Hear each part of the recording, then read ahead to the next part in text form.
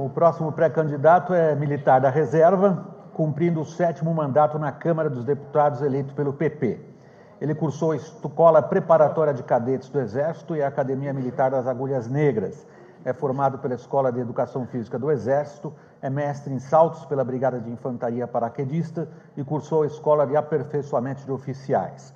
Começou a carreira política em 1989, eleito vereador. Em 2014, eleito deputado pelo Rio de Janeiro, com 464 mil votos.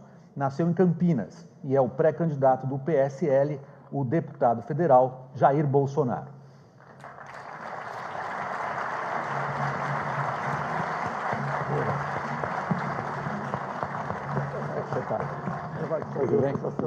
Nós vamos fazer assim, você ocupa aqui, depois para as perguntas você continua aqui de pé. Já posso ir? À vontade. Boa tarde. Primeiro agradeço a Deus pela oportunidade, por poder continuar servindo a nossa pátria.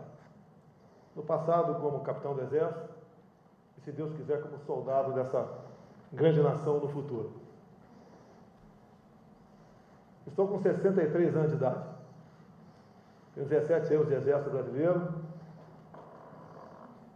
e 28 de deputado federal.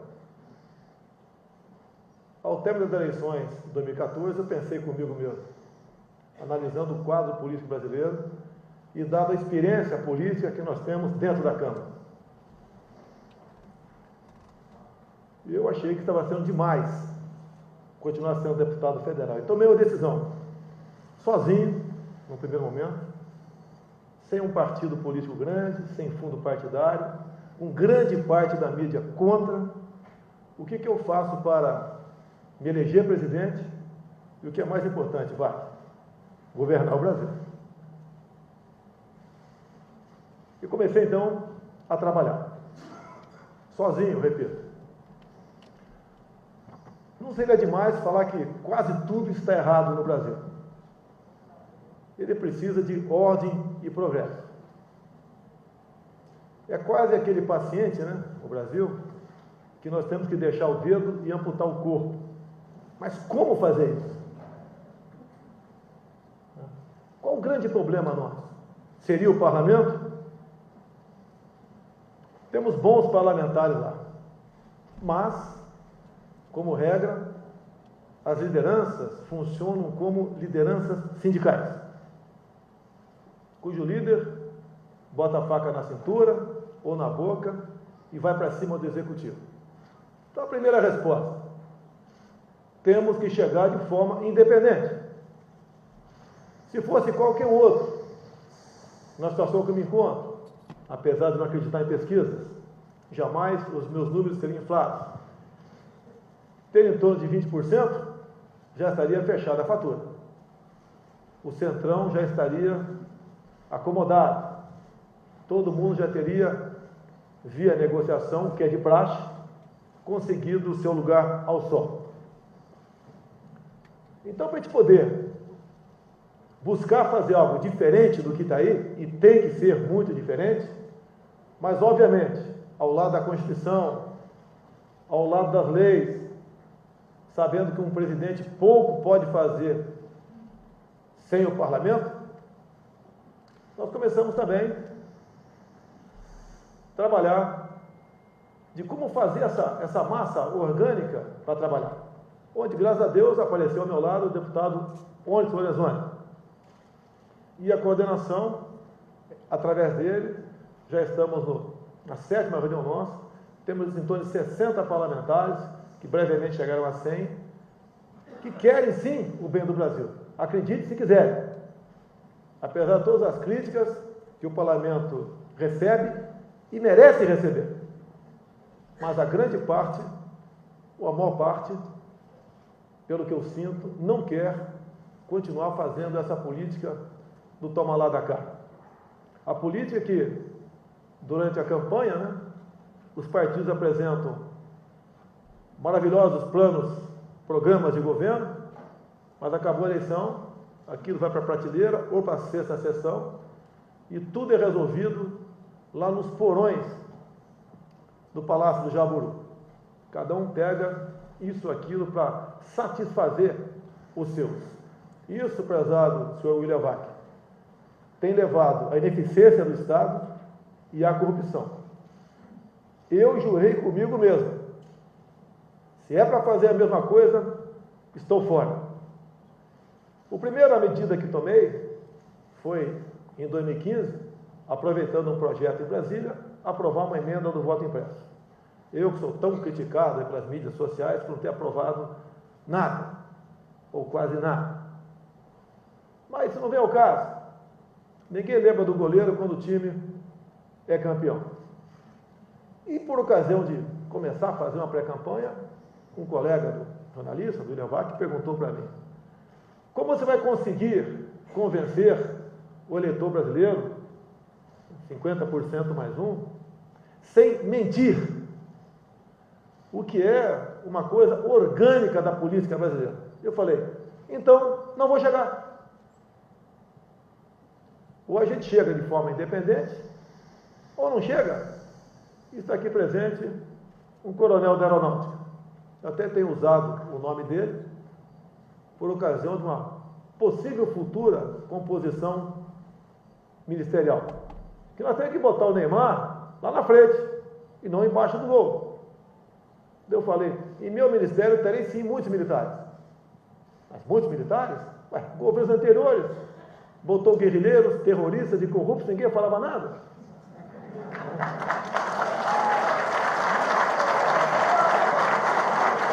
Então, um dos exemplos, eu quero botar, por exemplo, no Ministério da Ciência e Tecnologia, que pouca gente sabe que é o ministro dessa pasta tão importante.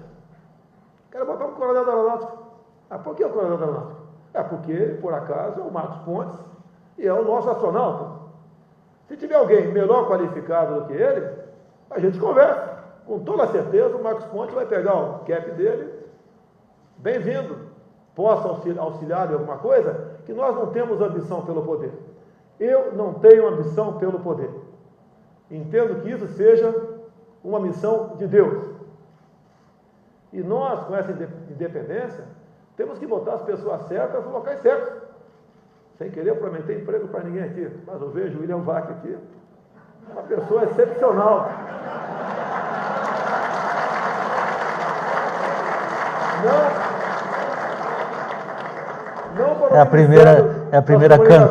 É a primeira cantada em público que eu recebo na minha vida. Mas, Jair, eu continuo jornalista, assim permanecerei. Obrigado.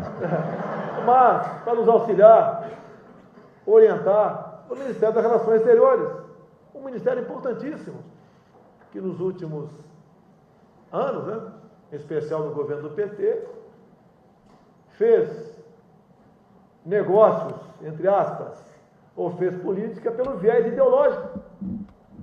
Tanto é verdade que no último ano da senhora Dilma Rousseff, ela não recebeu as credenciais do embaixador de Israel.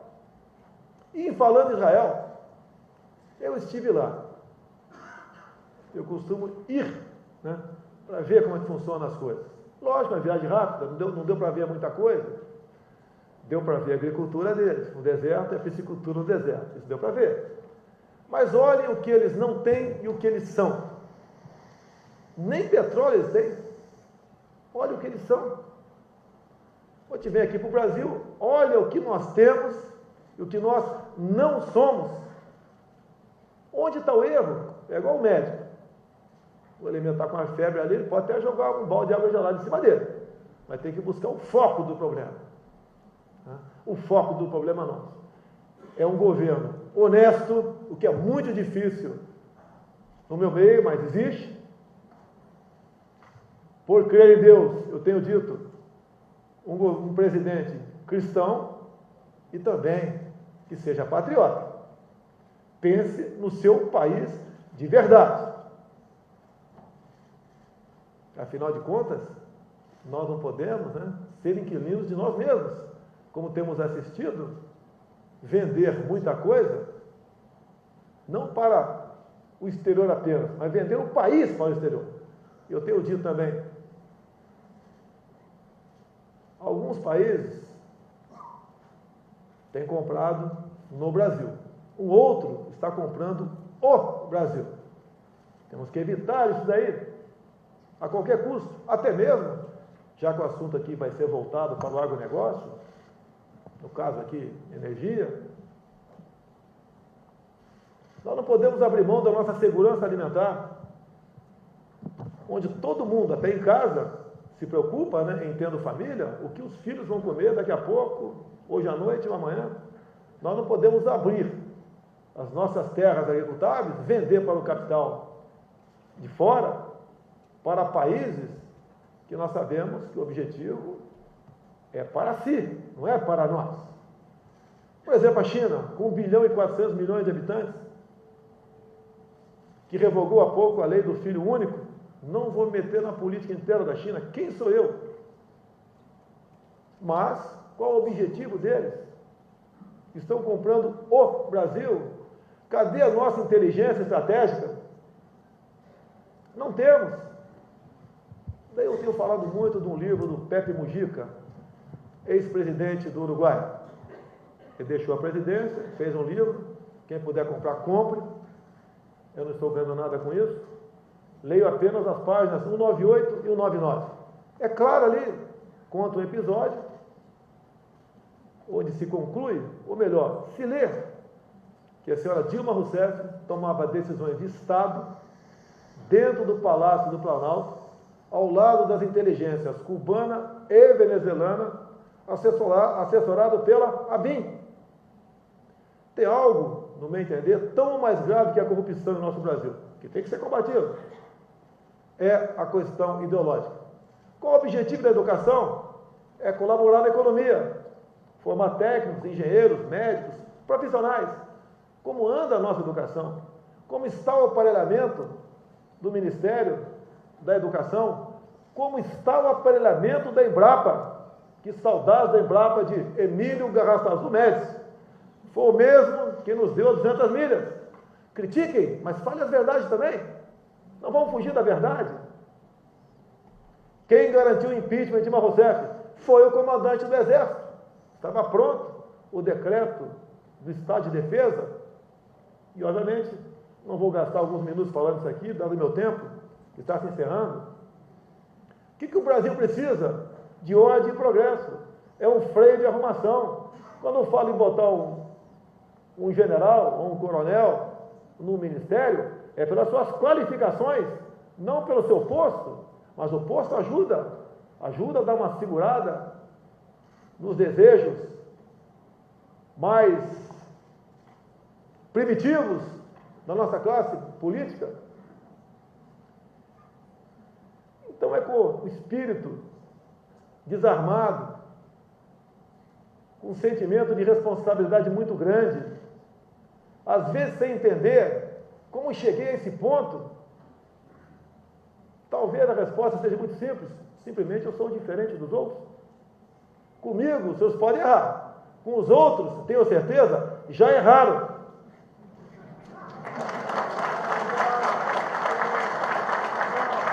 Ninguém governa sozinho, mas devemos fazer um governo com a menor interferência possível do Estado em outras questões, como a questão energética.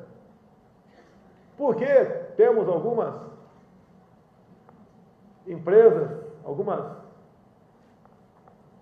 empresas que faliram no Brasil, estão falindo, como a questão agora da produção de álcool e açúcar, dada a interferência do governo passado, devemos tirar o Estado quase totalmente dessa atividade. Não procurei o senhor Paulo Guedes como um cartão de visita. E ele não aceitaria isso. E pela idade e experiência que ele tem, sabe onde nós queremos chegar. É o meu consultor no momento. Mas, por outro lado, não se pode falar economia sem segurança. Nesse fim de semana, almocei com alguns médicos no Rio de Janeiro, um famoso, e falou que uma vez por semana vem operar em São Paulo porque os seus pacientes, que têm dinheiro, obviamente, né, não querem ir para o meu estado, Rio de Janeiro, tem de vista a questão da violência, armamento, mais do que defender a vida do cidadão, a arma defende a liberdade de uma nação. Por isso, meu propósito não é armar todo mundo, jogar a arma para cima, quem pegar, pegou, não, com critérios. Mas vamos expandir a posse de arma de fogo, o porte está mais reduzida.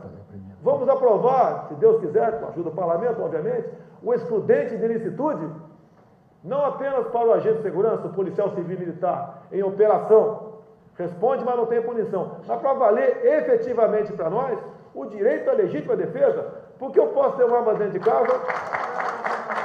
Por que eu posso ter uma arma de casa e senhores e senhoras não? Ou quase impossível ter uma arma dentro de casa? Bem, o tempo está acabando. Agradeço aqui a oportunidade. Eu já dei uma maciada no VAC para não atirar muito forte para de mim. Mas muito obrigado pela oportunidade. Brasil acima de tudo, Deus acima de todos. Muito obrigado.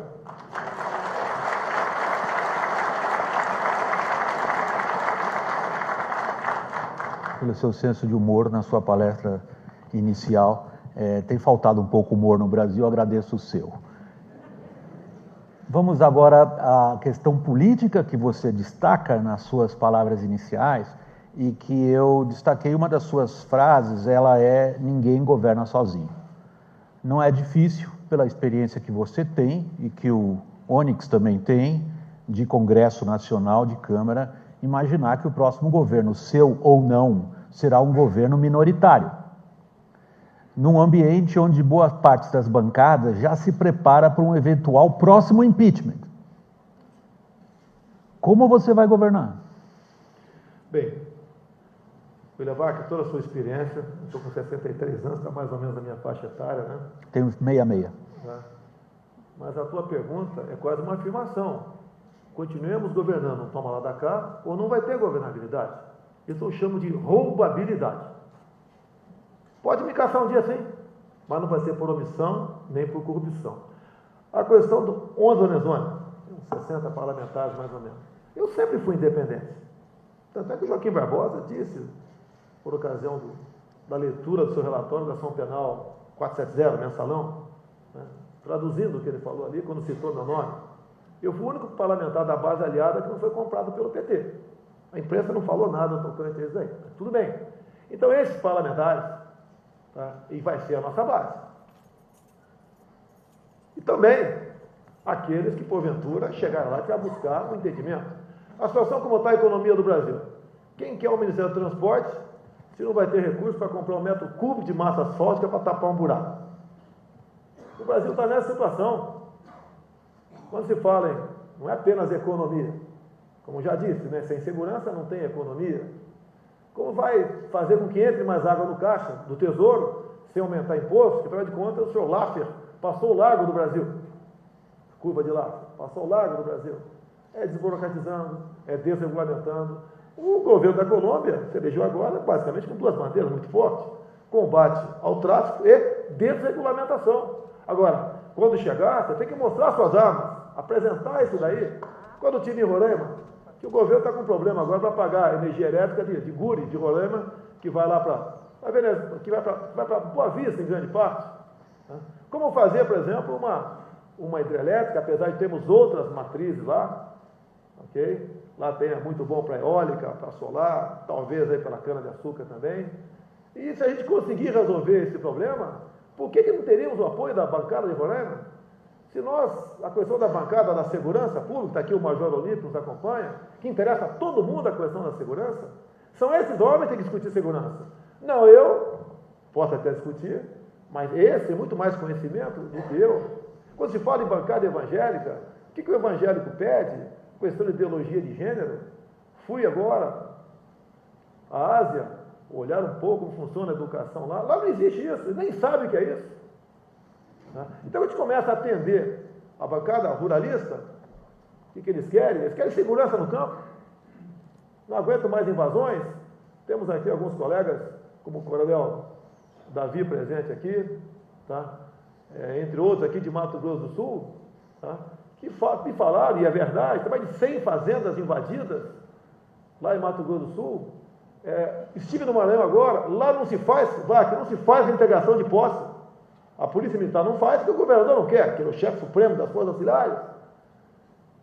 Será que a gente resolver esse assunto? Quem sabe seja obrigado a ter uma tropa especial ou delegar essa ação, essa missão para as Forças Armadas ou Forças de Segurança? A gente vai atender o homem do campo? Os garimpeiros do Brasil, que são tratados como bandidos, o próprio produtor rural é tratado como bandido no Brasil. Será que nós conseguimos, por exemplo, tipificar como terrorismo as ações do MST? A gente não vai ter o apoio da bancada ruralista? Será que nós tirarmos da legislação, por exemplo, a multagem por ato tendente? Nós buscarmos fazer com que acabemos no Brasil com a indústria da multa eletrônica, que é um fator que o caminhoneiro brigou, e com razão, a questão da última greve, a situação deles. Será que a gente buscar soluções dessa forma, que estamos botando no papel, tudo isso aí, prezado senhor Levac? A gente não consegue o apoio que se é para conseguir. Jair, com sua licença, é porque nós temos 15 minutos. A sua primeira resposta foi de quase 5 minutos. Eu queria colocar o Caio e o Ricardo Senes também como debatedores, por favor, Caio. Se você concluiu o raciocínio, perdoe a interrupção. Tá. Ok. Bem, senhor Bolsonaro, o negócio dessa gente toda que está aqui é talvez o negócio de maior risco que nós temos no país. E, na verdade, o tratamento que se recebe, digamos assim, nos últimos anos dos governos tem sido absolutamente o oposto dessa importância. Nós conseguimos, nesse governo de transição, aprovar o RenovaBio, que é o programa justamente voltado para a descarbonização dos combustíveis. E será justamente regulamentado durante o próximo governo, não esse que aprovou. Queria ouvir a sua opinião. Olha, eu tenho uma linha que o Brasil precisa de menos leis, menos decretos, menos portarias, menos normativa, mas essa é bem-vinda. Nós temos que regulamentar isso aí e dar prosseguimento até por um acordo assinado há pouco no Brasil, na França. E quem vai fazer isso aí? Não vai ser eu, vou fazer eu, fisicamente. É quem entende do assunto. Pessoas isentas que serão colocadas no Ministério certo para buscar realmente a implementação dessa questão. E nós queremos isso daí sim. Agora, deixa bem claro, a cana, o etanol, regredindo, tem que ter uma área para ser cultivado. Tá certo?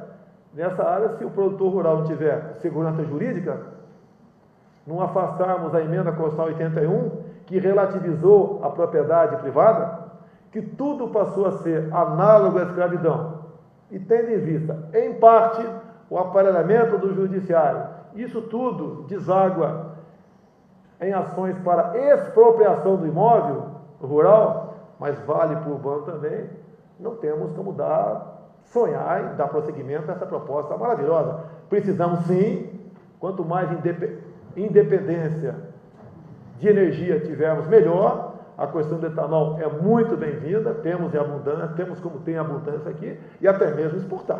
Tá? Então, a regulamentação ocorrerá, sim, ninguém mais do que eu, ou que vocês todos sabem que sem energia o Brasil não vai para frente. Ricardo. Deputado, aproveitar o tempo aqui, que temos só 7 minutos, e estou muito curioso para saber algumas das propostas no campo econômico do senhor. O senhor tem uma questão que fica difícil para a audiência entender. O senhor tem um histórico no Congresso de ser contra várias privatizações. O senhor, se não me engano, votou contra o Plano Real. Recentemente, o senhor votou contra o Cadastro Único Positivo. O senhor, quando faz referência ao processo de desenvolvimento do Brasil, sempre se refere ao período militar, que o senhor deve saber que foi o período que mais criou estatais no país. Então não tem nada a ver com o discurso, e aí que vem a minha pergunta, não tem nada a ver com o discurso que o senhor faz, em particular vinculado ao Paulo Guedes, que a gente conhece, assessorou lá a equipe econômica do Pinochet, foi um extremo liberal, é o oposto, exatamente o oposto do que foi o regime militar brasileiro, talvez 180 graus do que foi o regime militar brasileiro, do ponto de vista econômico, sendo que o resultado foram os opostos, né? Aqui o regime militar brasileiro, que o senhor toda hora cita, entregou o país com uma hiperinflação, com um problema fiscal cavalar e com uma participação do Estado na economia, talvez a maior da história do Brasil. Né? É no período democrático que a gente tentou corrigir a superinflação, corrigir a questão de fiscal e, de alguma maneira, implementar alguns projetos que têm a ver com desenvolvimento mais sustentável. Como é que o senhor explica essa contradição? O histórico do senhor e as referências no discurso são muito estatista, muito anti-reforma, muito anti qualquer tipo de liberalização do processo econômico, e aí o senhor vem e fala que o seu principal assessor econômico é o Guedes, que é um ultraliberal que defende, inclusive, a privatização da Petrobras. O senhor precisaria se posicionar. Nesse caso recente da greve dos caminhoneiros, que foi parte greve e parte lockout, o senhor acabou apoiando essa greve, esse movimento. E aí resultou num tabelamento de preços, subsídio ao diesel e, simultaneamente, nós tivemos um problema de concorrência vinculado a esse modelo de tabelamento. O senhor poderia explicar um pouco melhor a visão, senhor? Sem problema nenhum. Primeiro que o ser humano evolui. Você não está falando você não está se referindo, com todo respeito, a um troglodita. Plano real, votei contra, sim. Lá naquela época, 94, a inflação de janeiro e fevereiro de 94 foi expurgada apenas para os militares das Forças Armadas. Sou capitão do Exército, tentei negociar com a equipe econômica o mesmo tratamento para os servidores públicos. Não consegui, votei contra. Ué, o que podia fazer? Questão do cadastro único. Não temos qualquer garantia do sigilo dos cadastrados. Zero. E até falei lá, por que não bota? O pessoal faz emenda na perna, faz emenda e bota aí, que eu voto favorável. Vou mandar o MP depois. Não mandaram ainda. Quanto estatizante, eu queria saber, em 70, se não fosse estatal, né, quem faria Itaipu Binacional? Responda isso. Quem faria se não fosse o governo federal? Agora, tire as obras de infraestrutura do período militar e veja o que sobra do Brasil. Não sobra nada do Brasil. Me aponte uma grande obra do Sarney para cá. Não defendo estatizações agora, não. Questão de Pinochet. Bem, se for falar em política, lá tinha 30 mil cubanos quando ele entrou. E foi feita uma política econômica diferente do que está aqui, tanto é que deu certo. E muitos economistas que temos no Brasil hoje participaram, naquela época, né, da política econômica de Pinochet. Caminhoneiro, eu acompanho há 2 anos. O governo não tem órgão de inteligência. Acabei de falar, a inteligência do governo é cubana e venezuelana. Acabei de falar isso aí. Ele não foi pego de calças curtas. Estive em Gramado com os caminhoneiros, estive no Rio de Janeiro 2 vezes, várias vezes em Brasília também, problemas que eles têm todos. O governo simplesmente é insensível, ou melhor, não tem moral para buscar a solução de problemas, que está tudo loteado. Quando fala em multagem eletrônica, tem uma pequena máfia de colega meu que trata desse assunto. O senhor anda 70 por hora lá em Leblon, Copacabana, que não tem passarela, e na Rio Santos tem que andar 40 por hora. Por que isso? A indústria da multa. Isso pesa no bolso do caminhoneiro, das empresas, pesa na inflação no final do ano. Tá? A questão da roubo de cargas é hoje que vem tratando esse assunto. O pessoal fala que eu estou errado, mas a política deles é continuar a audiência de custódia, uma equivocada política de direitos humanos, é uma preocupação enorme com o encarcerado, é não reduzir a moralidade penal, tudo é progressão de pena. O bandido é um coitado, o desgraçado somos nós. Então chega uma hora que explode o negócio. Apoiei sim, fiz vídeo. 4, 5 dias depois fiz um outro vídeo, e sempre falando em não obstruir rodovias. Eles não fizeram. Quando começou a infiltração, a obstruir, reforcei, pedi para eles, seria um gesto de altruísmo, etc, etc, deixar o movimento. Ganhei antipatia de metade deles. Não fui para a pista em nenhum momento. Agora, o governo não tem capacidade para se antecipar a problemas. É um governo omisso. É um governo que não se expõe. O que moral vai se expor também, né? Dessa forma de fazer política, não toma lá da cá, como é que vai fazer uma política sadia para o seu país? E as mudanças acontecem. É natural. Muita coisa que se fosse hoje, não teria feito ontem com toda certeza. Deixa eu pegar, então, o último minuto aqui e voltar para um ponto que também acho que é uma questão permanente sobre a sua candidatura, deputado, que é a questão da governabilidade. O senhor se referiu aí a montar uma bancada, talvez ad hoc, né, a posterior a tomar a posse. Mas a gente precisa lembrar, talvez, um pouco o histórico, vou ser bem rápido. O histórico do senhor foi aprovar, ao longo dos 24 anos, 1 ou 2 projetos, o senhor nunca liderou uma comissão, relatou um projeto importante. Como é que de uma hora para outra o senhor, que em 24 anos não conseguiu montar uma coalizão mínima, conseguiria no dia 1º de janeiro? A pergunta é complexa, Jair, mas infelizmente o tempo é curto. Como é que são escolhidos os líderes de partido, vice-líderes e presidentes de comissões? É a maneira como é escolhido. Se eu tivesse participado dessa coalizão toda, talvez tivesse preso uma hora dessa. Essa é a forma de fazer política também. Me desculpa aqui, é verdade. Falam sobre, violência no Rio, o cara não fez nada. Se eu tivesse feito algo com o Cabral, estaria jogando dominó com ele em Bangu. Que a maneira de fazer política atualmente é essa. Essa é a verdade, que o povo brasileiro não está acostumado a ouvir. Faltam 30 segundos. Faltam 30 segundos. Posso elogiar o Levac de novo? Se for em tom de piada, eu adoro uma brincadeira. Né? Mas nós perdemos, pelo politicamente correto, esse espírito de brincar. Não pode brincar por mais nada praticamente. E eu exagero de vez em quando nas brincadeiras, por isso sou réu no Supremo Tribunal Federal. Mas a gente vai mudar o Brasil se Deus quiser. Muito obrigado. Aí.